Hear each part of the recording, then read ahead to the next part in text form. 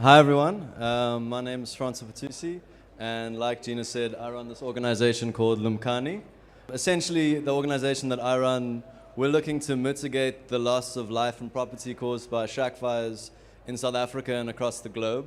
I mean, I know just recently now in Cape Town over the December holiday period, there were over 8,000 shack fires just locally in the city, and so that's essentially what we're looking to do.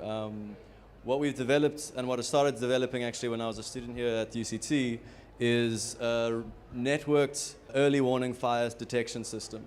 So actually what we do is we put in these little fire detectors into communities, currently in 3 communities in the city. We've just started recently. And what they do is in the event of a fire, when one device goes off inside of somebody's home because there's a fire in that home, all the devices within 60 meters will trigger and actually create a community-wide alert in the event of fire. And so with that, we actually allow people more time to actually deal with the fire situation. And then part of our system, we also connect to the local community leadership and send them information. We actually SMS them in the event of a fire, and we can send that information through to the fire department as well. And that really all just started out as something that I was doing here at UCT when I was a student back in the day, or 2 years ago. And I was thinking today when asked, like, what do you want, this thing of like, when I grow up I want to be a change maker, and I was imagining sitting here myself years ago and what I would have thought if somebody came up and like suggested to do this social innovation challenge. And I definitely would have been interested, but I think part of me might not necessarily have like seen a future where it's actually what I'm doing with my life, and it's pretty crazy to be standing here today 2 years later and actually being asked to speak about it. I guess when I was a student studying engineering, I was quite frustrated. I was sitting there in lectures and people would generally speak to me about how this skill, this tool that I had could be used in industry, to be used to make money and to do things that, to be honest, I didn't really care about. And I would, like, lecturers would literally come in and tell us that the things I'm learning about today could one day earn me a lot of money, but for me that was just very empty and like, it wasn't fulfilling. It wasn't something that actually drove me forward and something I actually cared about. So I got offered the opportunity to do a thesis designing a low-cost product to deal with the shack fire situation, and that's where my journey started.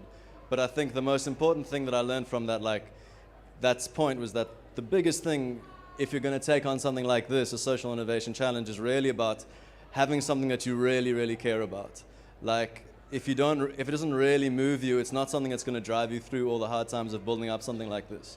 Like, when I quit my job as an engineer after UCT, in order to do this, it was that emotional commitment that actually drove me.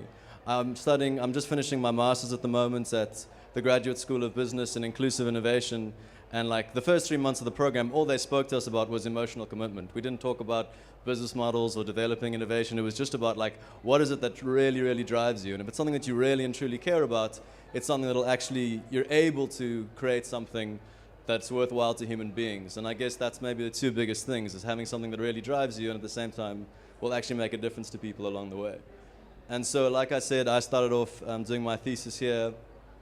And then afterwards, the beginning of 2013, there was a really big fire in BM section in Site B, Khayelitsha, where like between 4,500 and 6,000 people lost their homes. And that was really got a group of just 3 of us together to really take what was originally just a project forward into the world. And then over the course of the year, got a bunch of different people together.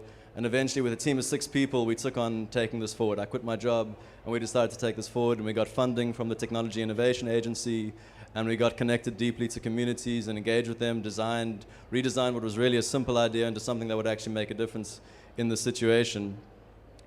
And I mean, first of all, just as an aside, one of the biggest things which I heard you speaking about just now, about creating a team of like multi-disciplinary people from different backgrounds, it's so powerful. I mean, I'm sitting in an office with people who studied social sciences and who studied finance, and like having a team of people who've got different minds, having like a finance person thinking about how to engage communities and somebody done the social sciences about how our technology works is so powerful. It's such an amazing opportunity to get different thoughts on the same thing, and it's the only way I think you can really innovate, by having different people with different ideas focusing on the same thing. And that's maybe the biggest thing I'd say, is having that committed group of human beings working together who actually care about what they're doing, and at the same time being from those cross-disciplinary natures to actually do something powerful. And so I guess, I mean, we're currently engaging. We were in, like I said, we're in 3 communities across Cape Town. We've just rolled out our system at the end of last year, and we've already seen lots of situations where our devices have triggered in the event of a fire, and actually the communities come together and stop the fire before it's become something dangerous. And so for us, we're very clear that what we're doing is something we really care about and something that we're going to go forward with in the world. And I think this is an amazing opportunity as a social innovation challenge to have that sort of support and that space to grow and actually to do something worthwhile. Because, yeah, I mean, it's really a question of what exactly we want to do with our lives, and it's an amazing opportunity to do something that you think will actually make a difference to other people. I think that's all I really have to speak about. If you guys have any questions, you're more than welcome to ask about what we do or how we do it. I mean, we're engaging with governments at the moment. They're interested in this, but we're also approaching communities directly. At the moment, communities are buying the system to self-protect in the event of those fires. And I think that's a really powerful model of operating, allowing people the ability to actually go out and do these things for themselves, as opposed to having to wait for government to come in and actually provide things, or other institutions. This is actually something that people can take in for themselves. But yeah, that's what we do. And thanks all for listening.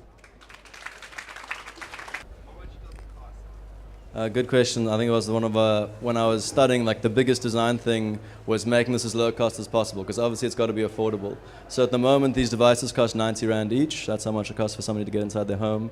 Obviously, the massive challenge, you're going into low-income communities. Like when I was studying, even, it was this thing of like, I live in the country with the largest wealth gap in the world. Like, how do you make things accessible to people? And so we're obviously trying as hard as we can to make this thing as low cost as possible, and at the same time trying to find partners who can co-fund these devices so that people can get them at a lower cost.